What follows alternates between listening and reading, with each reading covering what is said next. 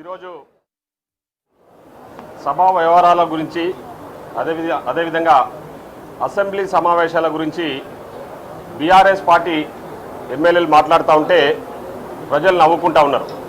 వాళ్ళు మాట్లాడే తీరు ఏ విధంగా ఉందంటే దయ్యాలు వేదాలు వల్లిస్తున్నట్టుగా ఉంది. ఎందుకంటే సభా సాంప్రదాయాలను తొక్కేసి సభా గౌరవాన్ని కూడా అమర్యాదపరిచిన వ్యక్తులు ఈరోజు వచ్చేసి సభ వాయిదా వేసినారు, ఇంటిమేట్ చేయకుండా వాయిదా వేసిరని చెప్పి చెప్తా ఉన్నారు. వాస్తవంగా మీలాగా ఇంటికాడ తయారు చేసుకొచ్చిన స్క్రిప్టులు తీసుకొచ్చి మేము అసెంబ్లీలో చదవట్లే.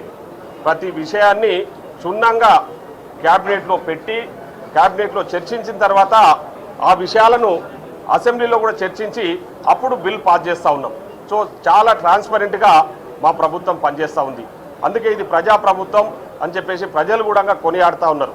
కానీ మీలాగా ఏది కూడా క్యాబినెట్లో పెట్టకుండా క్యాబినెట్ అప్రూవల్స్ లేకుండా ఒక నలుగురు కూర్చొని ఫామ్ హౌస్లో కూర్చొని తయారు చేసుకొచ్చిన బిల్లులు తీసుకొచ్చేసి అసెంబ్లీలో పెట్టి పాస్ చేసుకునే పద్ధతి మాది కాదు.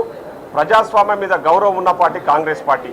కాబట్టి ఈరోజు సభ ప్రారంభమైన వెంటనే మా సభా వ్యవహారాల శాఖ మంత్రి శ్రీ శ్రీధర్ బాబు గారు చాలా క్లియర్గా చెప్పారు. సార్, క్యాబినెట్ సమావేశం కొనసాగుతూ ఉంది, అందులో అన్ని విషయాలు కూడా చర్చించుకుంటూ ఉన్నాం, మాకు కొంచెం సమయం ఇవ్వండి, దానికోసమని సభ వాయిదా వేయండి అని అడిగింది తప్ప మేమేదో తప్పించుకోనిక అని చెప్పేసి ఈడ వచ్చేసి మీడియా ముందు వచ్చేసి ఊకదంపుడు ఉపన్యాసాలు ఇస్తున్న హరీష్ రావు, నువ్వు కొంచెం తెలుసుకోవాలి, ఇది మీలాగా వ్యవహరిస్తున్న తీరు కాదు, ఇది ప్రజాస్వామ్యబద్ధంగా చాలా ట్రాన్స్పరెంట్గా మేము పాలన కొనసాగిస్తూ ఉన్నాం.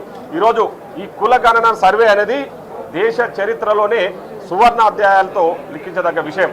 కులగణన చాలా అంటే ధైర్యం కూడా ఉండాలి ఆ కులగణన సర్వే చేయడానికి. ఈరోజు మా నాయకులు రాహుల్ గాంధీ గారు ఆదేశాల ప్రకారం ఈరోజు మా గౌరవ ముఖ్యమంత్రి గారు చాలా ఛాలెంజ్గా తీసుకొని మంత్రులు అందరూ చర్చించి ఈ కులగణన చేసి చాలా ట్రాన్స్పరెంట్గా ఆ రిపోర్ట్ను అంతా కూడా ఈరోజు అసెంబ్లీలో ప్రవేశపెట్టబోతా ఉన్నాం.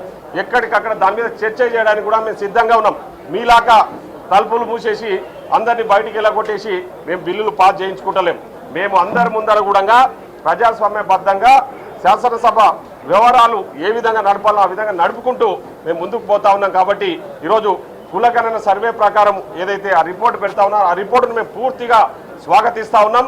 తప్పకుండా హక్కున్న వాళ్ళకు అధికారం దక్కాలనే ఆలోచనతోనే ఈరోజు మేము కులగణన సర్వే చేయించినాం. కాబట్టి ఆ కులగణన సర్వే విషయంలో ఎవరెన్ని అబద్ధ ప్రచారాలు చేసినా ప్రజలు నమ్మే పరిస్థితుల్లో లేరు. ప్రజలకు తెలుసు ఎవరు ఏ విధంగా ప్రజాపాలన కొనసాగిస్తూ ఉన్నారు, ఏ విధంగా ట్రాన్స్పరెంట్గా ప్రభుత్వాన్ని నడిపిస్తున్నారనే విషయాన్ని ఈరోజు ప్రజలకు తెలుసు. కాబట్టి మీరు ఎన్ని విషయాలు కూడా తప్పుదోవ పట్టించినా ప్రజలు నమ్మే పరిస్థితులు లేరు.